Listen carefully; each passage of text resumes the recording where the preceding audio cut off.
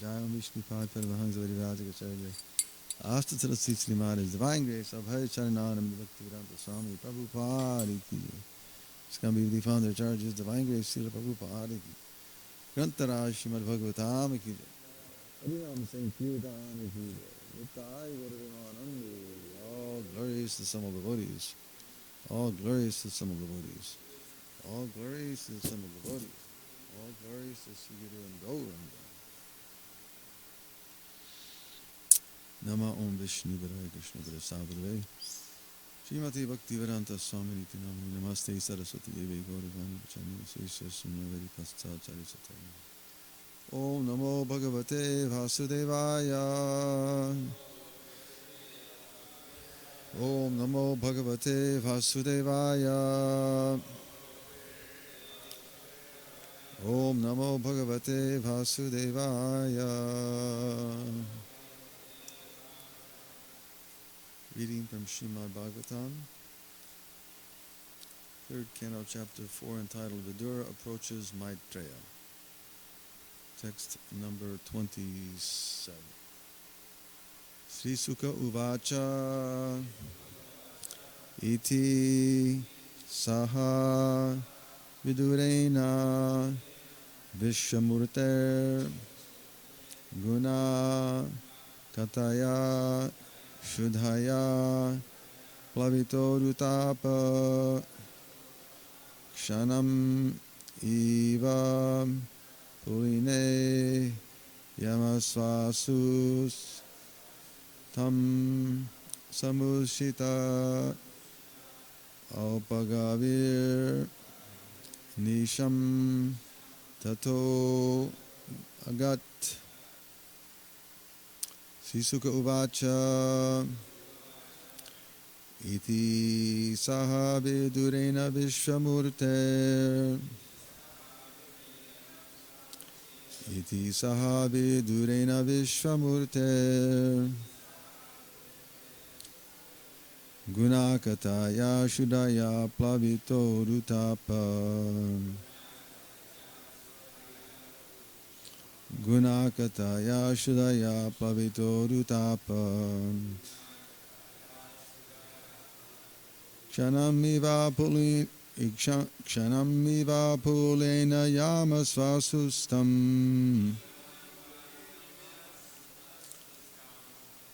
Yeah, it's really a tough one. Kshamamiva Pulene Yamasvasus. I'm sorry. Yamasvasustam. Samusita Al Pagavir Nishanktato Gat.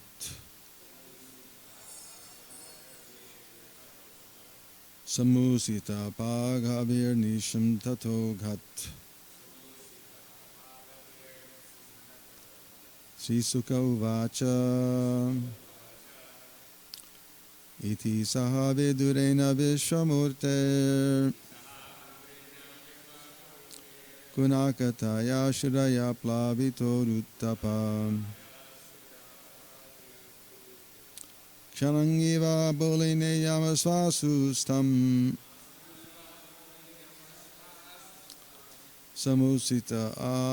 Samusita Pagavir Nishang Tato Gat.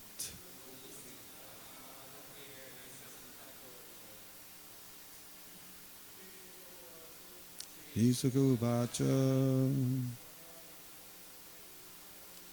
Iti Saha Vidurena Vishwamurte Gunakataya Shudaya Plavito Rutapa Kshamam Iva Pulene Yamasastutam Samusita Alpagavir Nishanktato Ghat.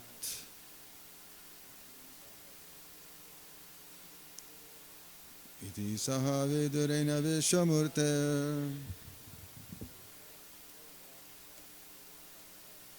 Yadogadaya Sukayo Plativato Rutapa Shanam Iva Pulene Yamasasustam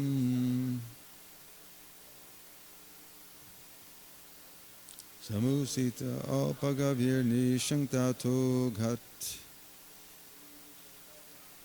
Risuka uvacha. Iti sahave durena vishamurte.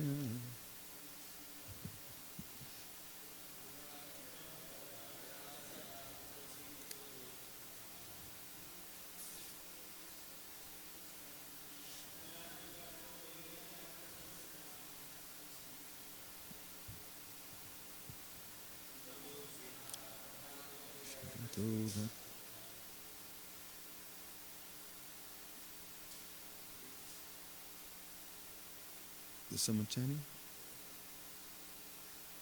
Risuka uvacha. Iti sahave durena vishamurte.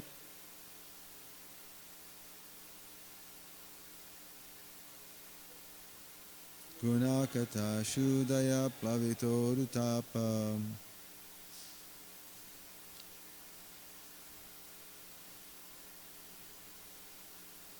Kshanangiva Pulene Yamasasustam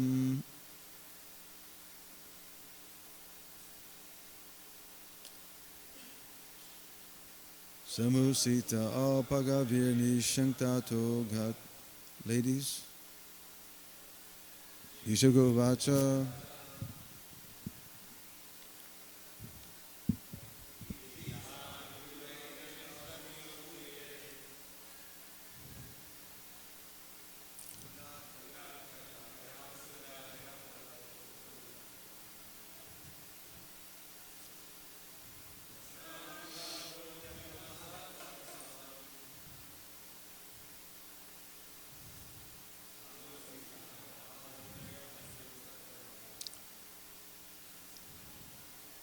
Isaka Uvacha Savidurina Vishamurte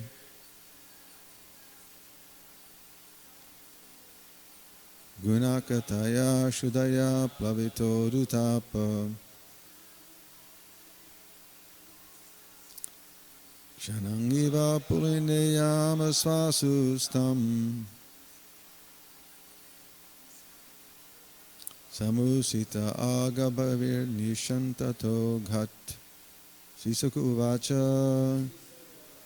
Shri Shukadeva Goswami said, Iti, thus, Saha, along with, Vidurena, Vidura, Vishwamurte, of the universal person, Gunakataya, in the discourse of transcendental qualities, Shudaya, nectarian, Plavita Urutapa, overwhelmed by great affliction, Kshanam, moment, Eva, like that, Puline, on the bank of, Yamasva Sutam, River Jamuna, Samushita, passed on, Opagavi,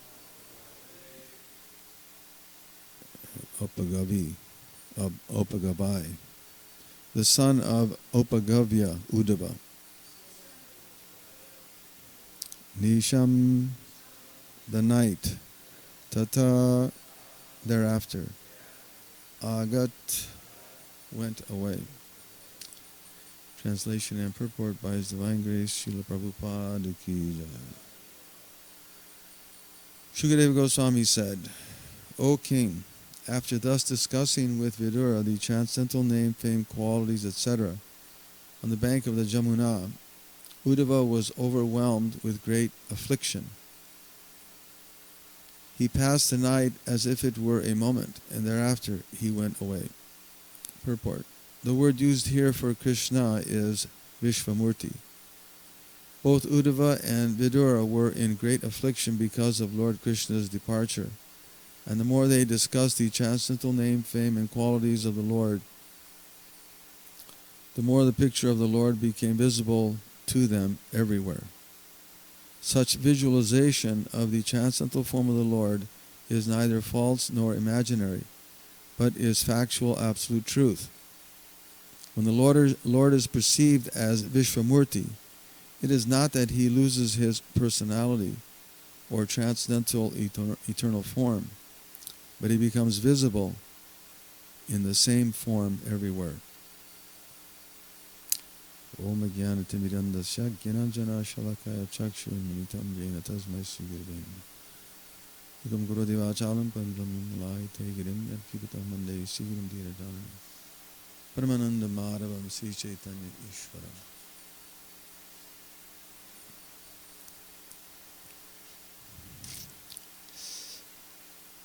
So as we heard yesterday, one should be eager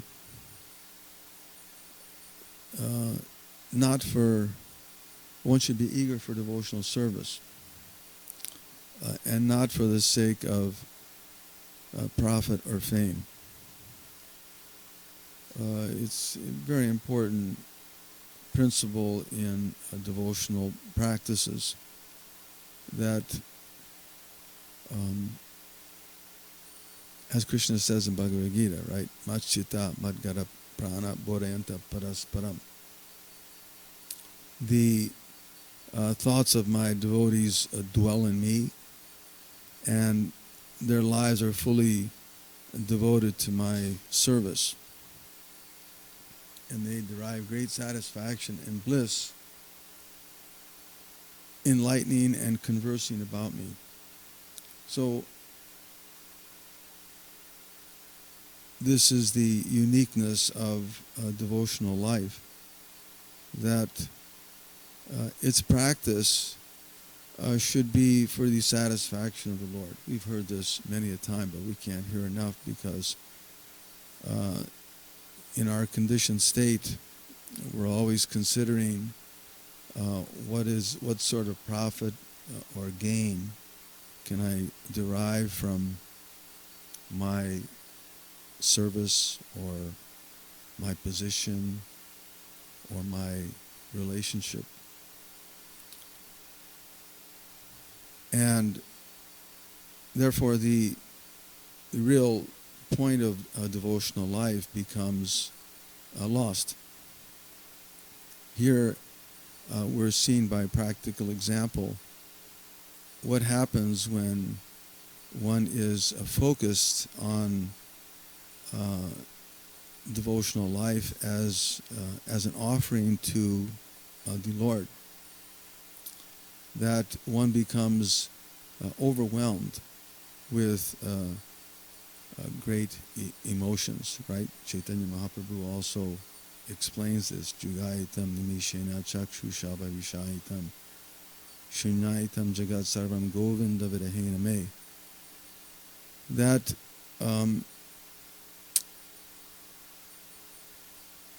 the feeling of separation that's there in when one is engaged in a devotional service, that it naturally increases, certainly. So much so that a moment appears like 12 years or more, and tears flow from the eyes, and one is feeling vacant in the absence.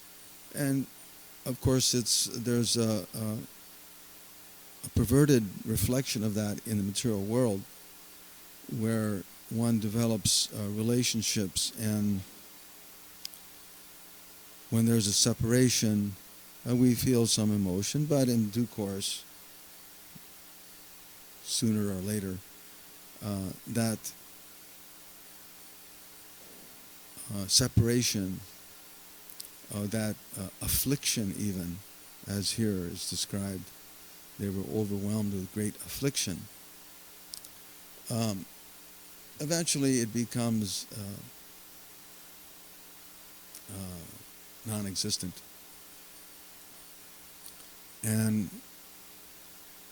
the affection or attraction is moved on to something else. oh, I was so attracted to this car. Now it's old, or I've had it so long, I need a new one. Oh, I have this husband or wife, and oh, it's been too long. Now I need to move on to something else. And it's always the situation that we're thinking the grass is greener on the other side. But this is not the evidence of real love and affection. The real evidence is that one becomes dedicated.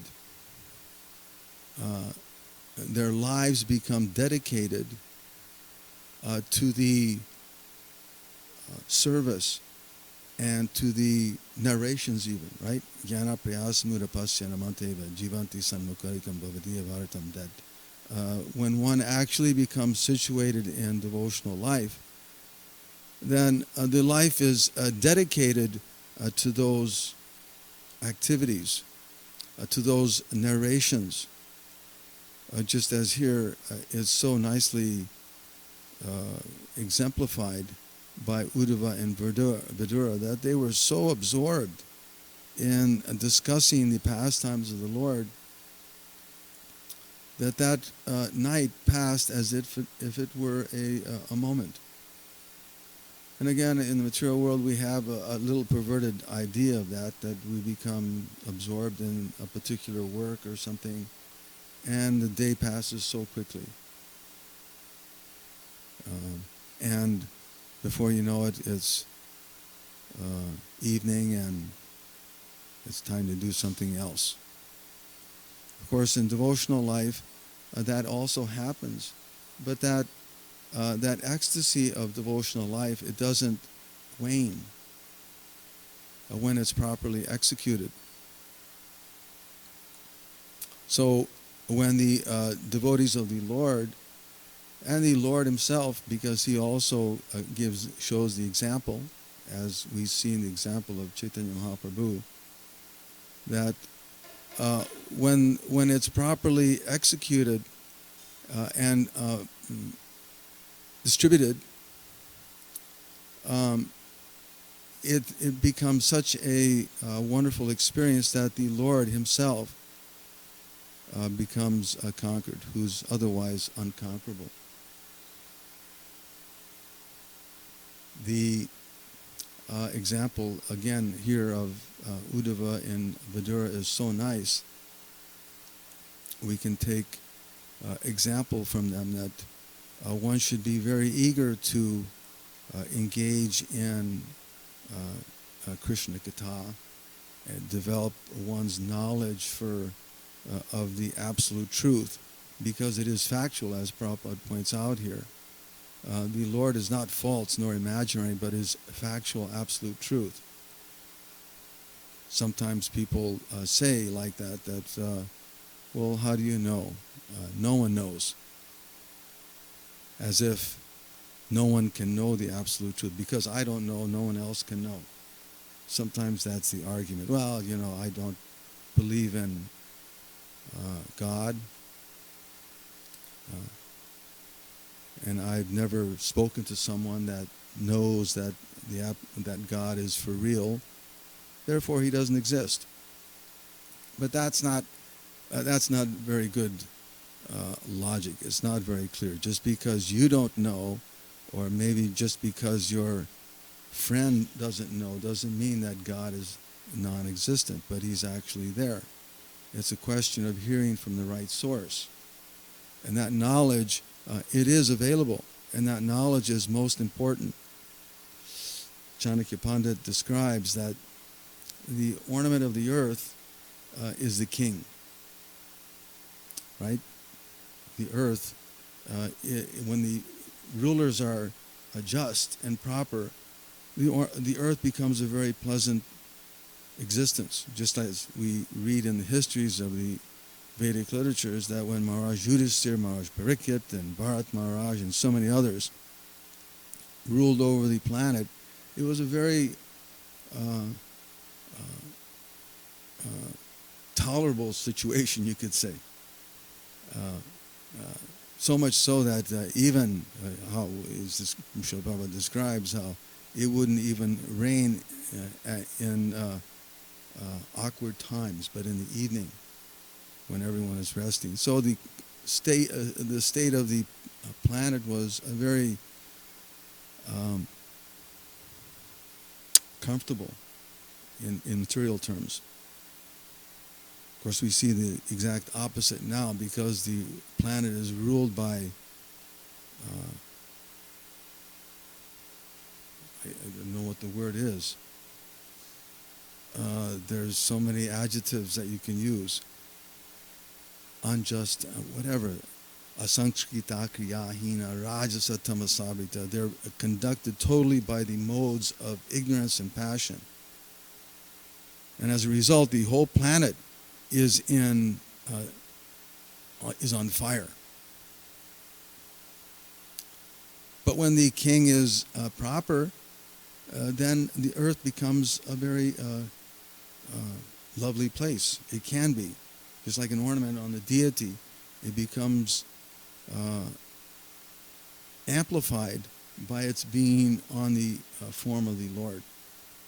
Also, the woman, the ornament of a woman is a good husband. If the husband is a buffoon, then what is the use of that marriage? It's useless.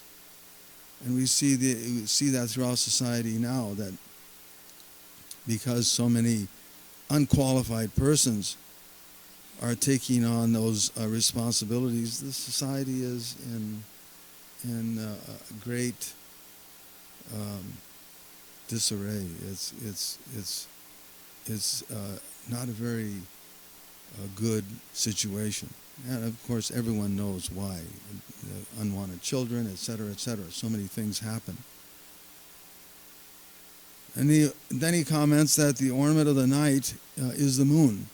The night is a very sometimes foreboding and intimidating time. But when the moon is shining, it becomes very pleasant. It's like I remember years ago, I think it was in 76. I think it was in 76. We traveled by torchlight from Mayapur to the Ganga to bathe during the lunar eclipse. And it was so pleasant that when you got to the Ganga and you're taking bath there and the moon is shining in the evening, it was so pleasant and comfortable. So the night can be very dark and fearful. But when the moon is shining, it becomes very pleasant and satisfying. Like the autumn moon also becomes very pleasant in the evening. I think Tamal Krishna Maharaj, Guranga Prema would know better than I, but he produced that one wonderful book that out of China. No, it was about the autumn season and the moon. I forget the name of the book. Maybe Jai Advaita Swami knows, but it was a wonderful book that was produced in China and the artwork was done by one of his disciples, Light of the Bhagavad. Such a beautiful book, and it describes how the moon is such a wonderful, has such a wonderful effect in the evening, especially in the autumn season. So otherwise the night can be very intimidating. But then he comments that knowledge is the ornament of everything. Whatever you do, if you don't do anything in life, at least if you have some knowledge, it becomes valuable. Your life becomes valuable. Otherwise, it's a dark situation. Prabhupada comments on this by saying that that on a cloudy day, one may feel very dark or morose, or not very enlivened. And if you live in some places, like if you've ever lived up in the Northwest, I don't want to pick on the Northwest, but if you've lived up in the Northwest, 8 months out of the year, it's cloudy or rainy. And then when the sun comes out, it's such a relief. It's cloudy, it's miserable, but as soon as that sun comes out, one feels great relief. So, but that's not enough, just to feel some relief. You have to do something about it, right? You do something. When the sun comes out, you do something to increase that satisfaction. So we can have an understanding. It's important to have an understanding about the absolute truth, about the goal of life. But if you don't do something about it, then it's not complete. And Prabhupada comments that this we can compare it to Sambandha, Abhideya, and Prayojana. That you can recognize something, but then some action is required. It's not that you just sit on it, right? When the sun comes out, it's not that you just sit. You do something about it to increase that wonderful time. You know, whatever you do. Go out and distribute books. Go out and Harinam. Go out and garden and pick some flowers for the deities. There's so many wonderful things one can do. So it's not that you just sit on it and you don't do anything with it. No, the goal is to use it to increase that experience, that satisfaction. So we may understand something about spiritual life, but the point is that one should do something about it and engage in some kind of exchange or some kind of devotional service with the ultimate goal in mind, and that is param padam yadvipadam. What is that? Samashitaye para plava plavam mahatpadam punyasho marare bhavambudir vasaparam padam param padam navi padam natesham. The ultimate goal is to take shelter and be engaged in devotional service, be situated in spiritual life, be situated at the lotus feet of the Lord. Just as here, we're seeing how Uddhava and Vidura were feeling great satisfaction in discussing about the pastimes of the Lord, so much so that they became afflicted. But that affliction is different. We can understand from the affliction that you feel from discussing mundane topics. But it's a full, it's a blissful affliction at the same time. Sri Banga Bhumi Janabhushana Gaura Lila Gauranga Bhava Parasharana Matra Shila Radha Madhava Muri, what is it? Radha Madhava, I forget the last line, Radha Madhava. But it's a wonderful shloka that describes how the pure devotee is so full of bliss and is always in the ecstasy of Chaitanya Mahaprabhu, and therefore he's immersed in the lotus feet of Radha Madhav. Just as, again, and because those lotus feet are real, as Prabhupada points out here, that the Lord is perceived as Vishwamurti. It is not that his that he loses his personality or transcendental eternal form, but he becomes visible in the same form everywhere. That he is the factual absolute truth. So it's very nice here. Srila Prabhupada is pointing out how the discussions that are there in devotional life, the engagements that are that we're so fortunate to have in devotional life are a stepping stone to experiencing the absolute truth in a factual and real way. It's not an imaginary experience, but that form becomes visible everywhere, to the point where it becomes visible everywhere. I believe there was one very nice conversation that Srila Prabhupada had with a reporter, and they asked him, do you see your God? And Prabhupada's answer was something to the effect that, yes, I see him. So when the eyes are properly anointed, as Lord Brahma states, with the salve of love, Krishna becomes visible. And it's something that we can look forward to. So, are there any questions or comments?